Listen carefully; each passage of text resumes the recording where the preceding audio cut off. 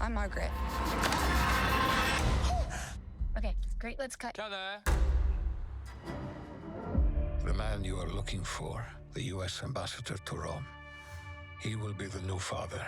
The First Omen is a prequel to the 1976 film, The Omen, but it's also a story that could stand on its own. We were really lucky to be able to shoot in Rome. Usually you set a movie somewhere and then you go shoot it in a completely different place. You spend a lot of your energy trying to say, well, it needs to look like this and we have to make this look like that. And what are we gonna use to look like this iconic location? And to be here in Rome, which still has the same feel in some places that it had in the 1970s when the movie is set, we're incredibly lucky. Yeah, please, thank you. Rome is just like this giant, beautiful museum. You know, everywhere you look, it's gorgeous. Every street that we pass, there's something to look at. I just want to explore. It's also a perfect place to shoot a horror film or a psychological thriller. Where's Carlita? She's in the bedroom. You walk into Rome and it's golden and beautiful and there's so much history and isn't it lovely? And then at night looks like putrescence. As a production designer, my work is actually to create the world in which all the characters inhabit. I'm responsible for everything that they touch, see, eat. So it's a big job. I wanted this feeling of something that is slowly starting to crawl under your skin and rot. Of course, the locations were perfect, but then we started to add a lot more damp, aging, patina, just to make sure that you understood that there's a certain darkness rising from below. Carlita, go to your room, okay?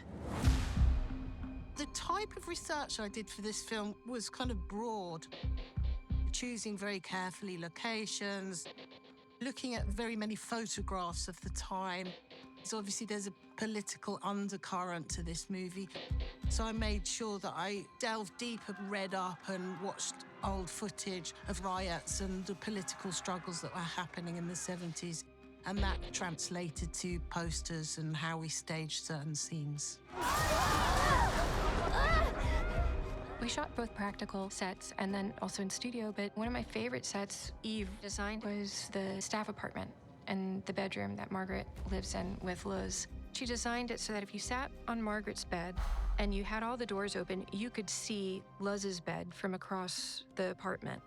So there's the ability for this other person to be staring at you and watching you as you sleep. And then you look up and there's this buttress that looks like this giant anvil that could just fall on you at any moment. So she thought of all these incredible ways to just put you a little on edge and to give you goosebumps, and you don't even really know why. She is such a huge partner in this process. Please, Father. Obviously, you have so many beautiful churches all over Rome, but we couldn't use any of them because of the subject matter. We looked further and further afield, but I think we found the most beautiful church. Tasha is very passionate about the details in every set.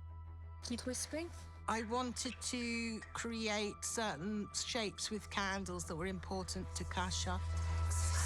The hell mouth, as she called it, which we created with metal structures where the candles make a mouth. The level of detail is so beautiful.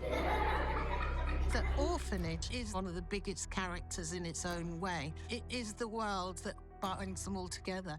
We were to use very beautiful locations that we would find in and around Rome, but we couldn't find everything within one building. It was quite a task to put 3 buildings together and make sure that they all linked. Welcome to our family. Oh, thank you. Come with me. Our costumes were designed by Paco Delgado.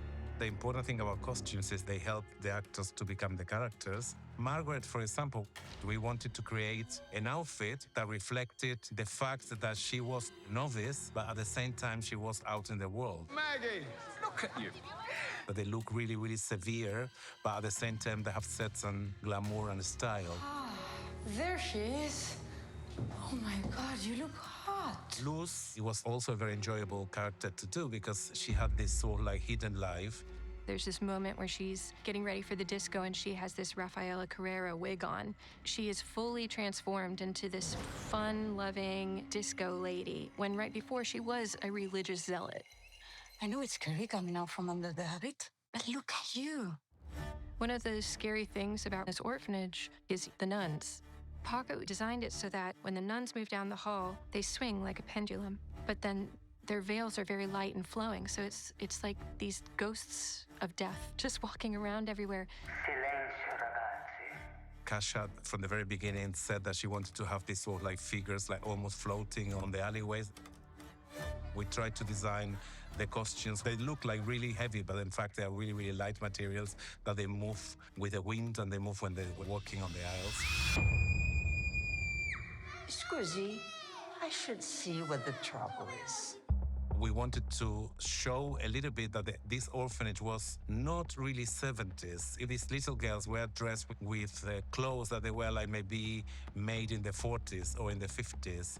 Like everything in the orphanage, the girls' outfits, from afar, they look totally fine and totally clean, but you look closer and you realize, oh no, they don't take care of these kids. These are hand-me-downs and they're ripped and they're torn and they're dirty. Dirty. But all of the nun habits are pristine. And the uniforms of the girls, they have a sort of like a sinister, soul-like feeling in a way. The things we do aren't always pleasant, but they are in the name of God.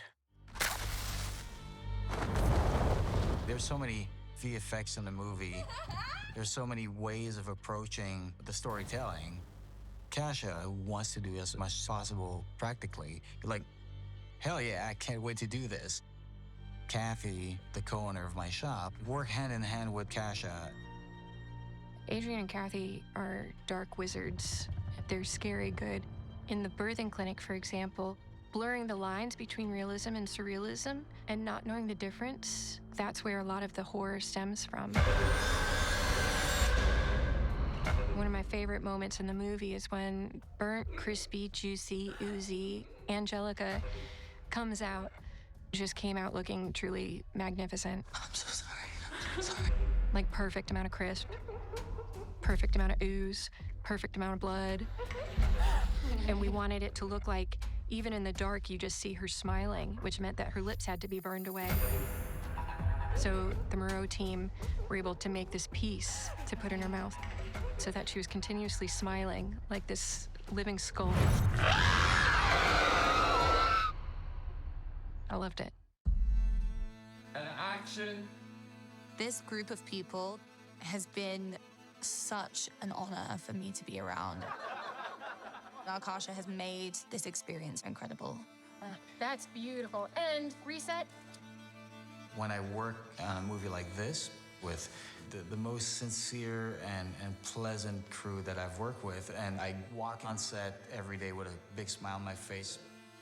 Everybody was fearless, and nobody was afraid of the content. Please. We do take some big swings, and those swings don't work if somebody, even one person, isn't fully committed. But everybody was, and everybody was committed to each other and to the story. And I'm very grateful to that. I think you can feel it. How do you control people who no longer believe in your stories of fire and brimstone? You create something to fear.